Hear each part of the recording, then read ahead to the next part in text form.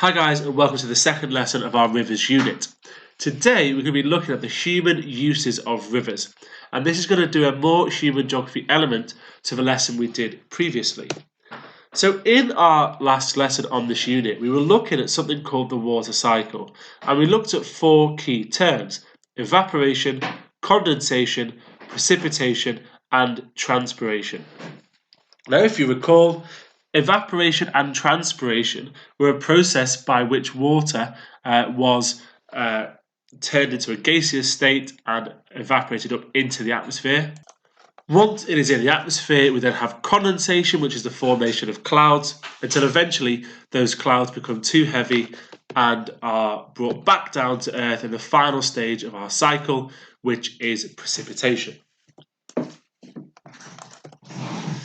Now, starting on today's lesson, then, we're looking at the human uses of rivers.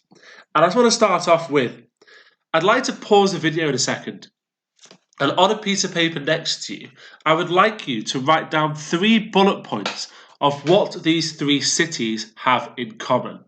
So I'd like to pause the video now and bullet point 3 things that these 4 cities all have in common.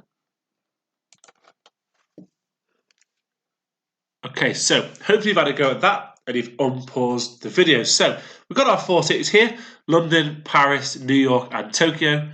Just some of the 4 most famous ones. Now, things they've all got in common. Hopefully you'd have brought out things like they're maybe quite densely populated. So they're all 4 cities, they're all quite densely populated. You might also have got things like a lack of green space.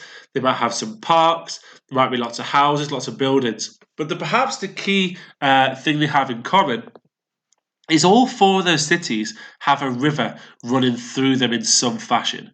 In Tokyo and New York, that's on the edge of the cities, but in London and Paris, the rivers run directly through them.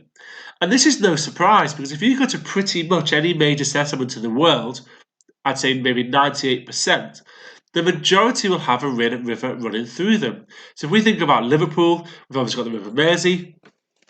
If you go to Newcastle, which is the River Tyne, they're all examples of places that have rivers running through them. And that should be no real surprise to somebody when you consider how important rivers are. And so this is a zoomed in picture of London here. You can see Tower Bridge, which is this bridge here. We are in the south of London on this image. And the question I would have is, well, why was London built along the River Thames? Why didn't London set up somewhere else well away from the river? So again, I'd like to pause this video here and see if you can come up with 3 or 4 reasons why London was built along the River Thames. Once you've had a go at that, unpause the video and carry on with me speaking.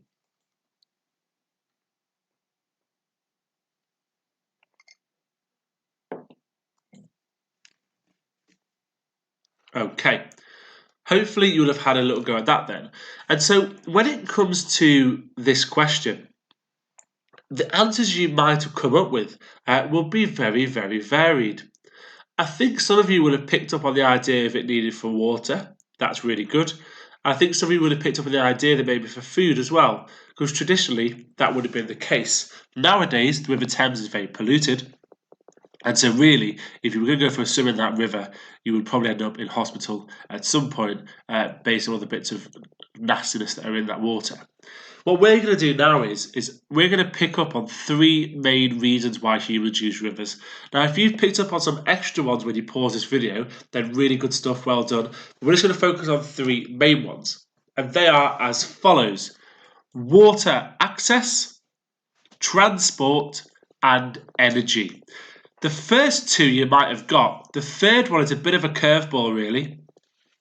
Energy being quite a weird concept in terms of rivers, but we'll get onto that as we come to it. So we're going to look at each of these in order now, and each of them are the ways in which humans use rivers. So we'll start off with water access. Put really, really simply, rivers provide a vital source of drinking water. Okay, so initially, when humans were building their settlements, they would build them next to a river in order to have access to drinking water. They also provide access to food such as fish. So again, Traditionally, when we would buy rivers, we would also have them because they would have a large part of fish in them or large access to other food resources from the river. And this second point here, that rivers enable irrigation of farmland. Now, irrigation is a bit of a fancy term, and it's a term that is referred to when we talk about a farm being watered on a large scale. And so farmers over time have actually diverted rivers to provide a consistent water supply for their crops.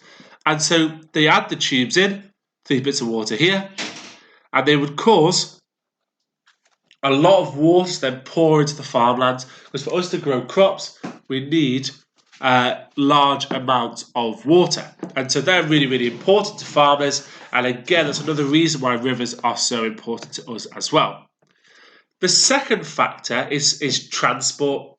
So initially, early civilizations used rivers as a really good way of transport and also for trade. If we go back in time, right the way back to the age of the Vikings, the Viking longboats were built to transport through the rivers. So during their raids of England, they were able to really get through a lot of the country. And nowadays, river is really, really important for trade as well, okay? And so what I mean by trade is by moving those goods and products all around the world. So we were looking at this idea of globalization, and most of our trade now is done via oceans or via the air, by airports.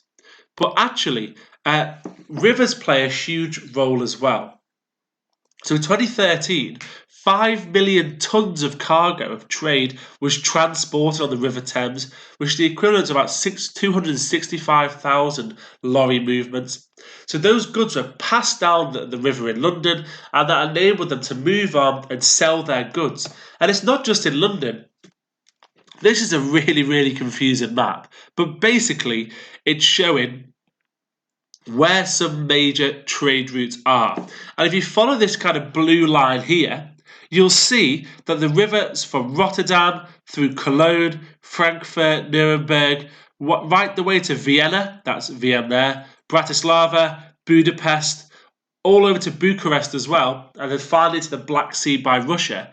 That is a really good way to trade. So if you're in the European mainland continent, those rivers are really, really important because they connect lots of different countries together for transport. But also, if I am in Brussels in Belgium and I want to sell my pens to somebody in Vienna, the river might be a good way to transport those goods all the way over there. So rivers are really, really important in that respect. And then finally, we'll look at energy. Now, rivers also provide a source of renewable energy. So depending on how much you've done in science, we have different ways of getting energy. We have things like coal, oil, gas, but also we have renewable energy, which is things like wind, solar, and also water. And rivers play a huge role in the generation of something called hydroelectric power. Now, that hydroelectric power is a way that we have generated electricity by harnessing the power of a river. And these, we're going to look at one now, but these power stations, we have lots in the UK, and there are lots all around the world where there are rivers. And so this is what they might look like in real life. Obviously, we have a river here, and you can see there's been something that's been built into the river. This is blocking it off over here, and there is water being allowed to flow through this part of the dam here. So it's not completely stopping the flow of the river, but it is slowing it down. And here is my super simple diagram to explain how it works. Now, here's what happens. They build the dam and they create an artificial slope like so. The water flows down through this channel really, really fast. And as it does that, it spins that turbine. So that turbine will be spinning really, really fast. Think of like a water mill or a windmill. Same principle, really, really fast underwater. As that spins, it generates electricity, okay, the generator. So I'm going to go to the science of it, but the spinning of that turbine creates electricity, and then we can use that electricity to power our homes. Now, this is called hydroelectric power. And so this is a way that humans are using rivers nowadays because they are doing this as a way to really gain electricity from sources we didn't have before. I think this is kind of the most modern aspect of this because the other two factors, the transport and the water access, we were using ever since the start of our civilization. The energy factor is a very much a new one, and I think it's a really important one to bring up as well.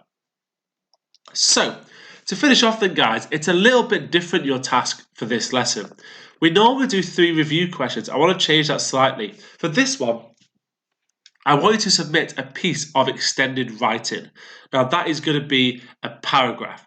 And the question is, explain the human uses of rivers. So to answer that question, there should be 3 parts to it. These are the human uses of the rivers. So for that question, you would really have to explain what water access, transport, and energy is all about. And it should be a piece of extended writing. So when you submit the answer to this question, it should be 2 or 3 paragraphs long. It doesn't have to be a full page, but it has to be substantially more than what I've written on the slide here. Okay, so as always, I'd like to answer that question.